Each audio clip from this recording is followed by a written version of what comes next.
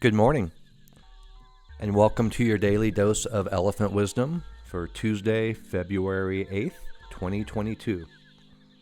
We're going to recap a couple of things we talked about yesterday. We spoke of the market really rallying nicely, but most things were rallying directly into resistance, and we've seen that play out overnight and so far today. We're also going to take a look at Bitcoin and the Bitcoin dominance chart, and there's a couple of parallels I think you guys will find interesting, but it's pretty good news, just so you know.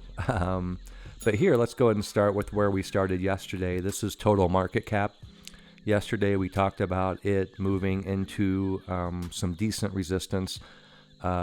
This white line and the two reds, as you guys may know from previous videos, they make up the three prongs of the elephant trinity.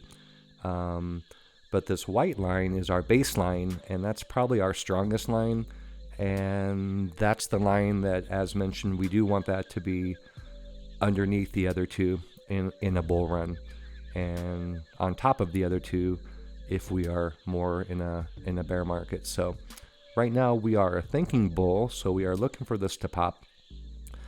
But yeah, it went directly off the old ceiling here, and we're dropping back down, and that's not atypical. If we sort of scan back here a little bit, we can see this white line does act as fairly strong support and resistance historically. So it might take a couple of cracks to move above it, especially when we have another indicator basically right on it as well. But the good news is we climbed over one. We got a couple to go and a couple to flip on top. But again, it's not unusual for things not to crack that resistance on the first go. If we take a quick look at Bitcoin, retracing, we were under 43 a second ago, kind of a little mini rally back to 43.3 here. But you can see again, kind of like the total market cap. And I know the Bitcoin chart is busy, but we'll just sort of focus on this area if we can. And again, we see it climb over our lower.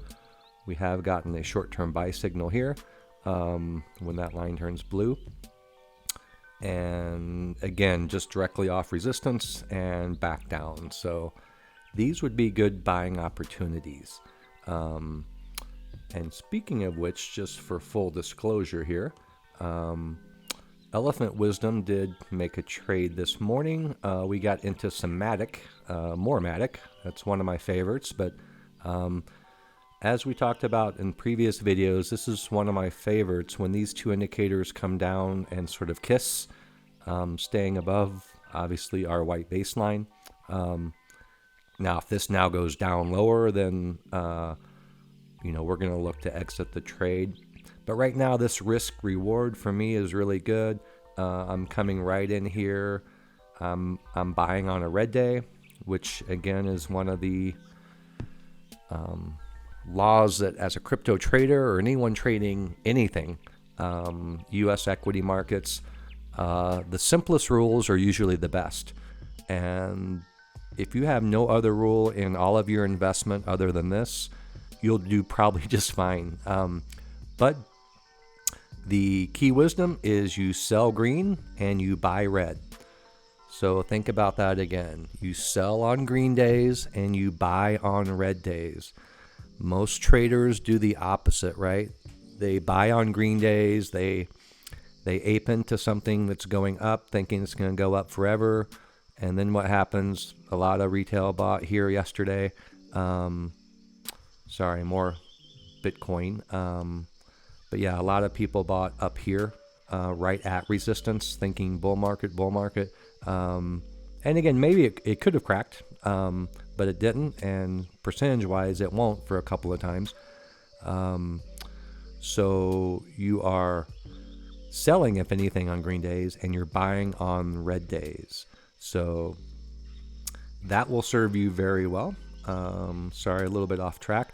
But we got into some more Matic today, buying on the red days and buying right at this kiss of support, hopefully, of our dual indicators on the Trinity, and I'm about 10% above my baseline. So on this particular trade, just so you guys know, I would be exiting here. So a 172-ish, 171, and that would be about a 9% loss on my investment.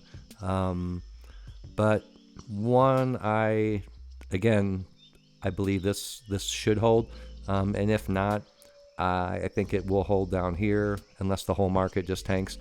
But this is a sort of setup I like. I like the red day. We're retesting an indicator, or in this case, two indicators. I have a good broad base of support down below, but not too far below. So this is, for me, one of the more ideal setups. And we can talk about exiting trades at some other point in time, and when to take profit. And I will have you guys follow along me for that. Let's take a quick look at Bitcoin dominance chart. We can see that has really popped up here, basically off the 34,000 lows. But overall, very interesting chart. And we're going to sort of take a look at kind of a little more long-term here. Bear with me for a moment. The Bitcoin dominance chart is kind of all over the books, as you can see. Back in the early days, right, there wasn't, a lot of other competition for Bitcoin.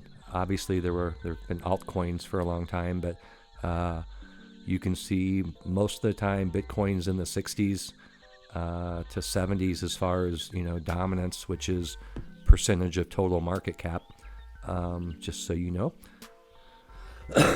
Excuse me. And but with the surge of Ethereum and a bunch of other altcoins, we've seen the dominance really take a hit. But the key that we're going to look at is not so much these levels, like 40%, 60%, whatever. It is the relation to our indicators. So if we're looking right now, Bitcoin dominance, and we're going to go from, let's see, this is kind of January 21 here. And we can see we lost all indicators. We got below here, right? And then we dropped like a stone all the way down.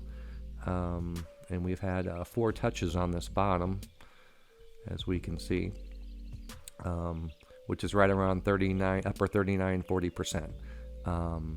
But what we're seeing now is we're seeing the dominance crawl back over those 2 bottom indicators. We're getting closer to our baseline. And once that flips, then it's really go time for Bitcoin.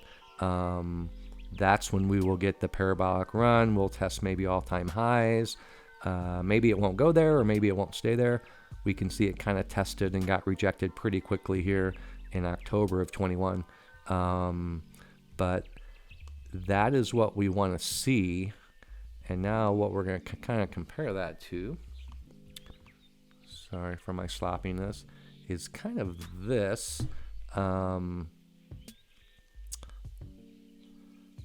This loses our support. We come back here, we're above it, we test it, and then we go back above our white line here. This is October of 20. So this was the big start of the crypto run from Bitcoin, around $10,000 to Bitcoin going up to, obviously all-time highs of 69,000. But that's kind of the area that we're looking at. And we can see the same relationship here. As far as the white lines, our 2 indicators down below, we're starting to rally above the 2 lines.